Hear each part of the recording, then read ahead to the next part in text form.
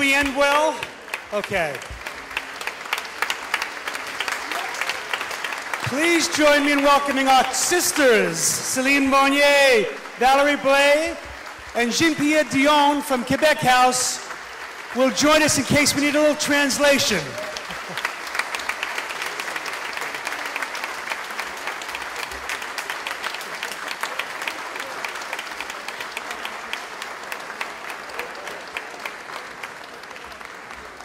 Thank you. Thank you. Please remember you can also ask questions with Twitter at #SBFF. Do we have any questions for our actresses? Yes, ma'am. The question is, who was doing the piano playing? Well, Lisandre, the main actress, is a pianist. She just finished her conservatory, and she was not an actress before that. And now she's acting a little bit more. So it's really new, but she is really good, no?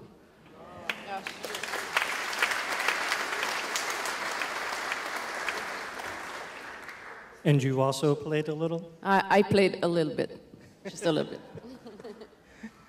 Yes, more questions. Yes, in the back. I grew up just south of where that is filmed and brought back a lot of memories, especially topography, long winter, and that early spring where I had the spring play. But more than that, I remember the culture, especially that Catholic upbringing center, Catholicism in that area. My question about the two young ladies, why were they chosen for those two lead roles? Just complete opposites, but working well. I'm looking for a phrase, I can't think of it right now. Playing opposites. So your question is about the two young actresses. Why were the two young actresses chosen for the roles they had? Her friend with the glasses, who had the stutter, and then... Yes. Why? You mean why? Yes, why? The question I asked came from that very horrible scene where a teacher, a nun teacher, made her try to speak to class. She just pulled through it again, singing the solo. I'm sorry, I cannot hear you.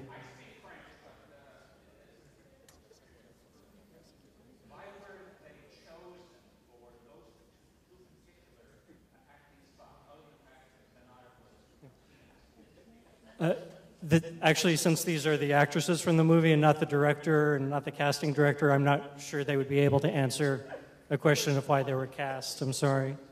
I don't know if you want to.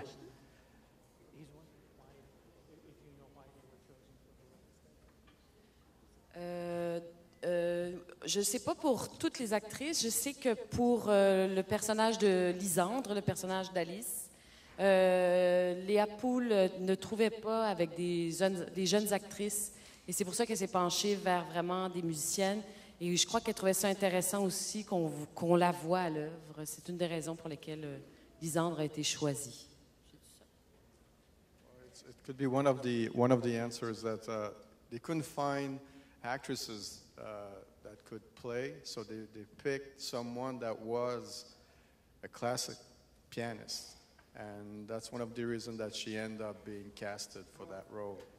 But like you just said, we're not involved. I'm not a director. No one here was involved in terms of direction, so we cannot really answer the question properly, and sorry for that.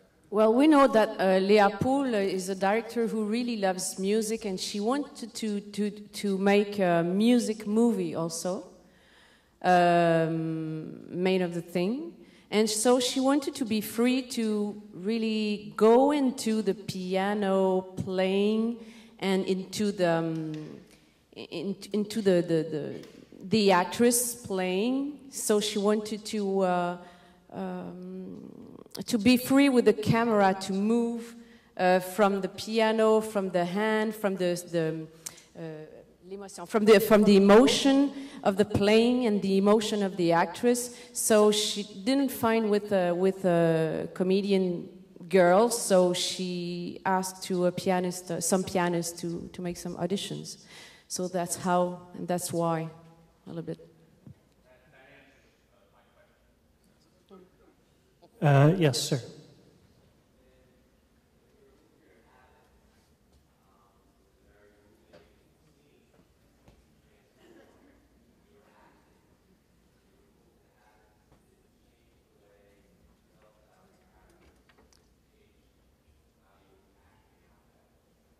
The question is about removing the habit. Did that change the way you played the character, the way you felt about the character? Well,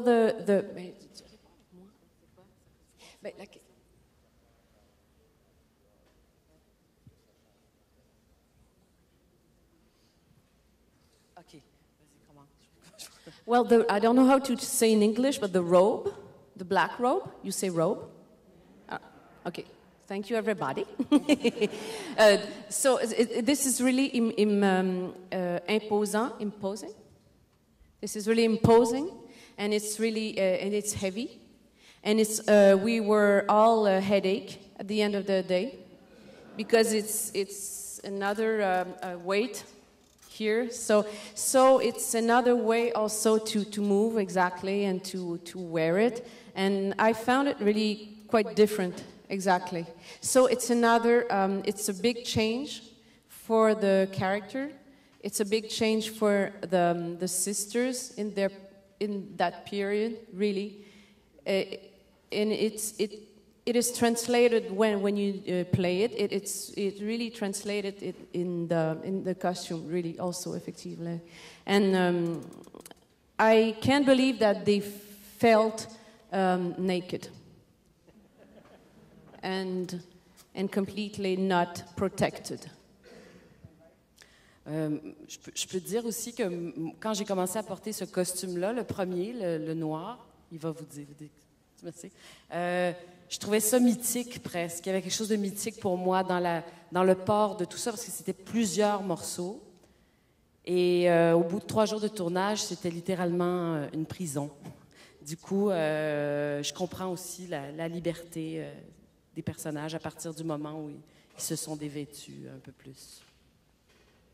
Well, for it was almost mythical to be dressed that way and to go to actually go through this acting as a sister as well. But taking out this, if I can say, costume really freed everyone, and she really felt it as an actress as well. But it was a big step, because it was a big step for them, I think, because when you have the scene when Sister Lise said, "I don't want to take off my veil, because at 80 we'll be alone and we won't have any houses and we'll be old and alone and everything," and so. That's why I was telling that it's the kind of c'est une image, c'est une. It's a strong image. I mean, for people that know about Quebec, I mean, the church was really in our life on a daily basis. We were like in other places, really. Was directed by the church, and and you know, it's in the movie it is used as well as it's an image that is very strong, and if you come from Quebec, you feel it in a different way as well. But I feel that you also got the message by taking out this way of being seen. Some of the nuns were also they feared that their life would be changing for real. They had no more ways of being protected, and that was felt by many. If I have some of my aunts that were nuns, so it was a big turn in Quebec when all that happened. It was not just a costume, or it was more than that. It was 68. Yeah, the end. The power flower. The end of the 60s was a good time to be in Quebec. We have a question from Twitter. Were either of you brought up Catholic? Très peu. Je suis née en 1968. I was born in 1968, so it was the quiet revolution, and my parent was peace and love. Your mother, yeah, she was peace and love, yeah, but not mine. But mine, yes. No, I was raised really Catholic. I'm the youngest of a family of 8 people. So my parents were really Catholic, so I know everything about that. I know the feeling. I know that it's a beautiful period also. And the people from Quebec really got really moved, but really profoundly seeing that movie, because it's a movie about an important period and reconnaissance. How do you say reconnaissance? I mean, we recognize that this is a period of when Quebec changed. At that time, many things shifted after that. Yeah. It's a stepping stone in Quebec's culture. That period of time, the end of the 60s.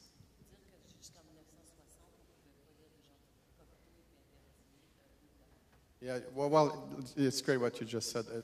For you to remember that we had some, we were saying in French, the livre à l'index. There was a series of books that we couldn't read in Quebec. Like Jean Cocteau, you couldn't read Cocteau. Unless you had good friends that had them hidden in their basement, you could read them. But otherwise, all these novels that were read or in France and places like that were not available in Quebec. So everything that you could have in your hand was a Bible. Yes, more questions. Yes, ma'am.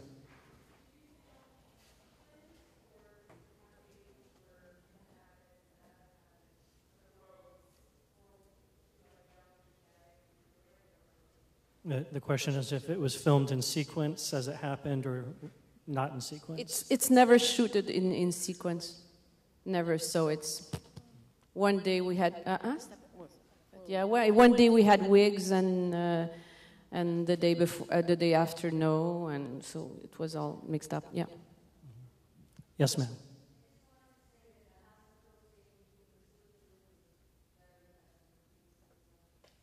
She liked the hospital scene between you and the Thank you. Yes, ma'am.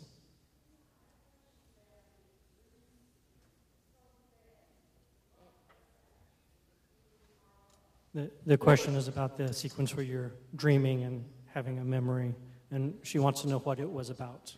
What do you think it was?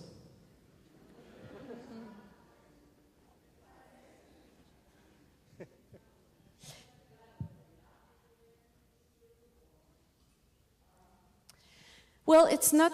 I think it's not so important, but I will answer if you want.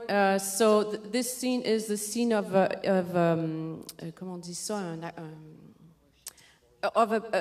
an abortion. So it's a big love story she had with the Russian guy, and she got pregnant, and she decided not to keep it. And, yeah. And after that, she couldn't have babies anymore, and what can you do? So you at this period of time, so she went in the Catholic thing, yeah. Mm-hmm. But I don't think it's so important, but good to know if you want, yeah. We have another question from Twitter.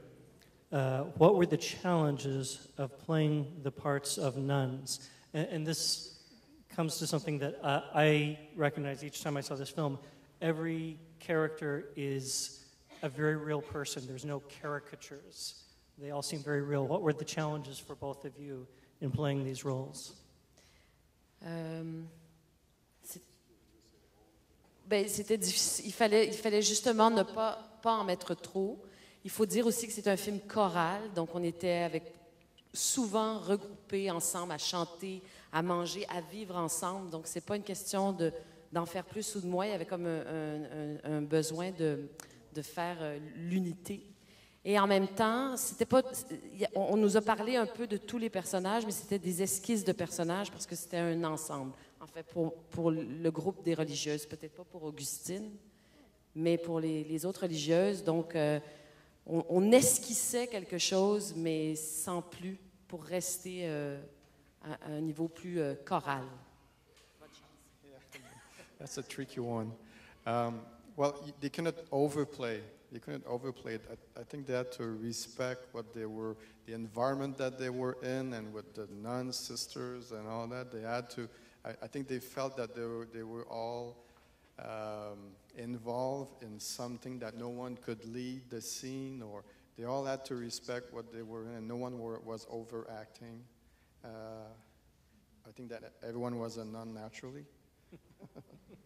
Leah Poole is also a woman who makes documentaries. So she likes it when it's sober also. So she always was nous retenait tout le temps. Holding back. She was holding back us a lot. So it's good. It's our job. I mean, for that kind of movie. Yeah. Okay. Yeah, I'm sorry. Yes, other questions? Yes, sir.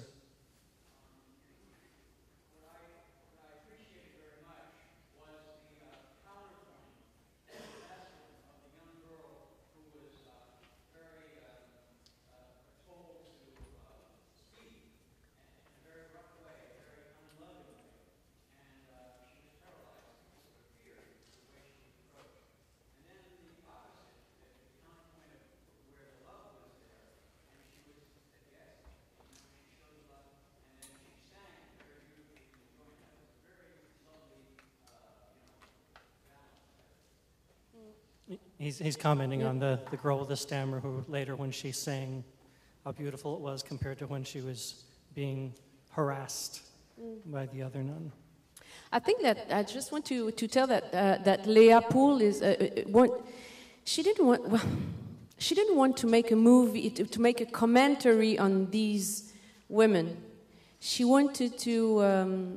I understood what you said, so it's. And that's why I say that she really wanted to rendre un hommage, to pay a tribute to those women. So that's why I think there's good balance, I think, in the movie like that. Because we saw very often that kind of characters, but really bad or not lovely, not. You know what I mean? C'est plus des nasty, or c'est plus des... voyons, comment tu dis ça?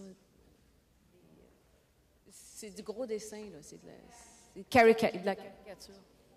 Comment tu dis ça? Sometimes the character is kind of... It's not a cartoon, but it's a character. The character is overbuilt, and yeah. she as you said, Leah Poole didn't want to. She wanted to show also that these people had some feelings as well.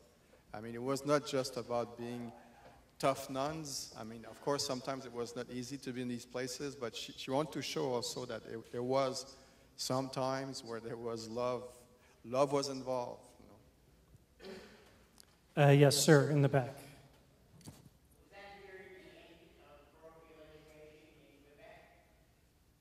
Can you repeat the question? Was that period the end of parochial education in Quebec? Was that period?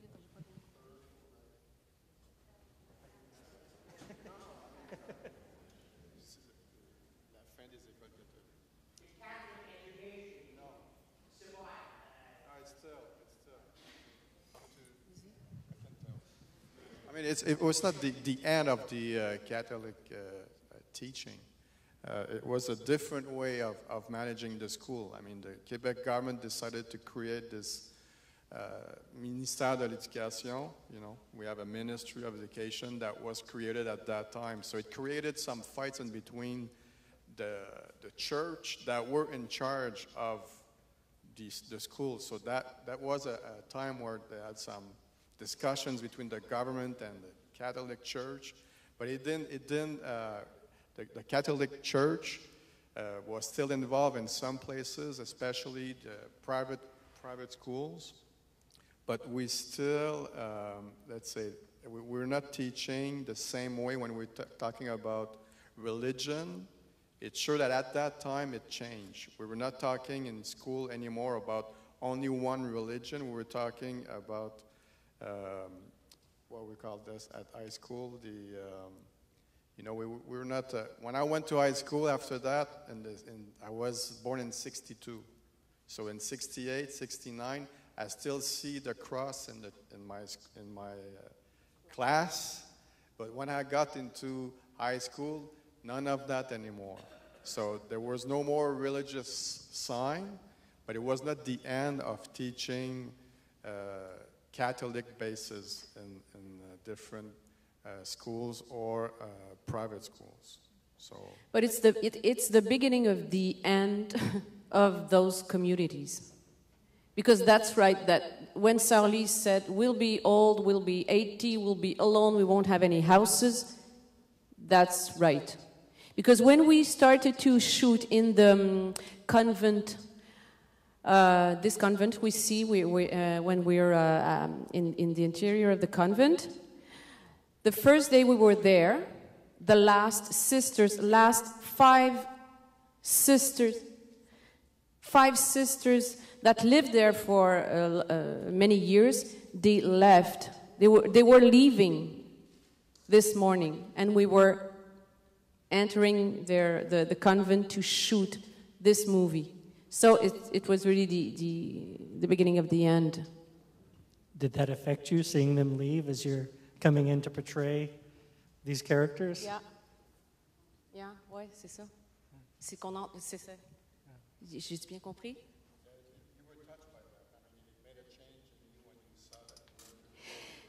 Yeah, we were touched. Because we had our costumes, and we went, maybe 3 of us or 4 of us, to meet them before they were leaving, and we were crying. They were not, because they were, I don't know, they knew, I don't know why they were not crying, but we were. But we were there for a good reason, with a good intention to talk about them. I think we have time for one more question. Do we have a question here? Yes, ma'am. No, yes.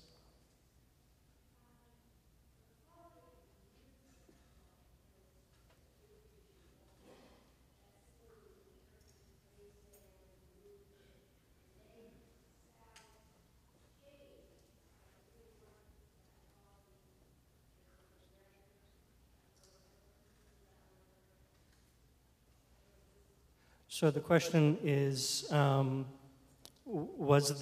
if you can answer this, was she interested in the change in the music to the more contemporary music that they showed in that one scene, as opposed to the more traditional classical music? I don't, if you can answer that or not.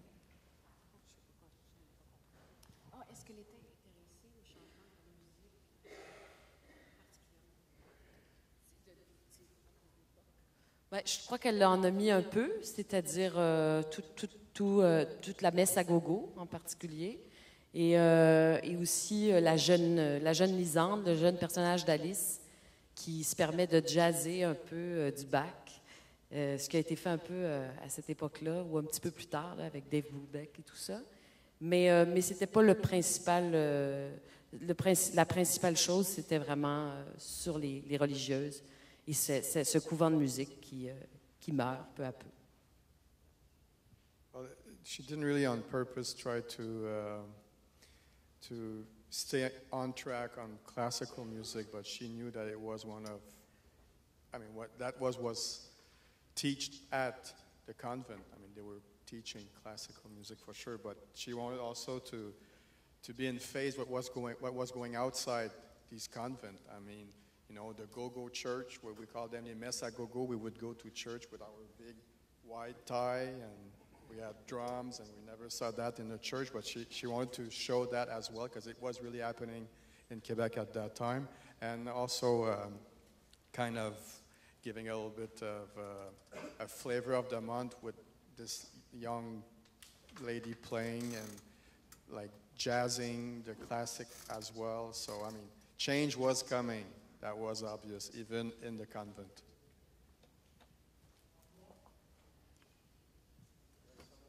Someone here. Yes, sir.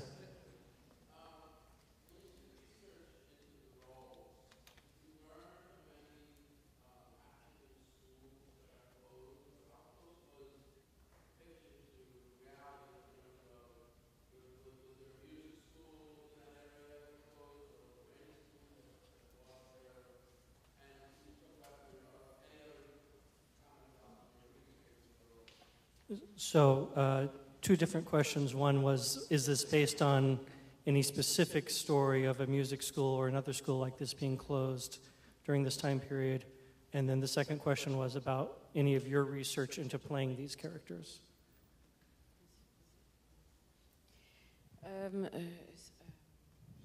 There was no, it's not from a specific story of one convent.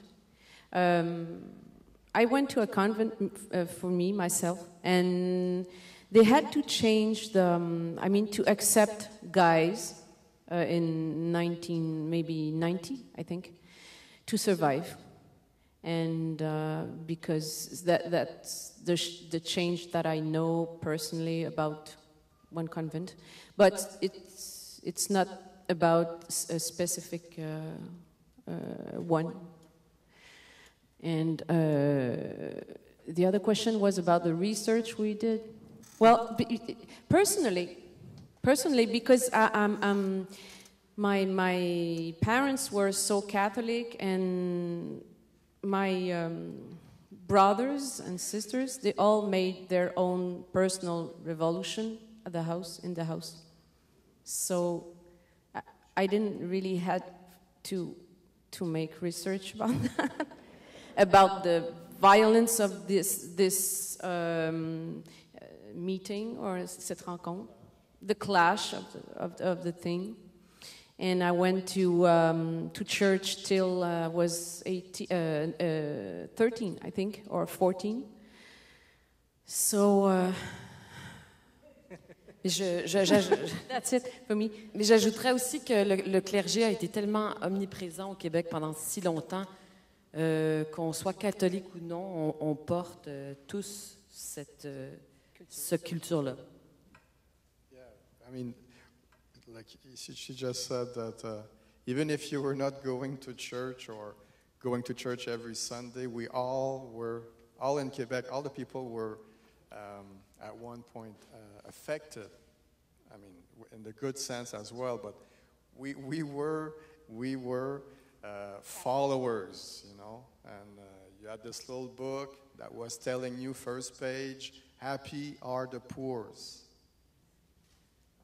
So the rest is history, you know. It's something changed, a big shift happened in Quebec after that. But like you said, I mean, we're all affected by this big change, going to church or not. And for myself, I went to church until I was 16, and I had no choice. I had to go. Mm-hmm. Thank you so much for your time.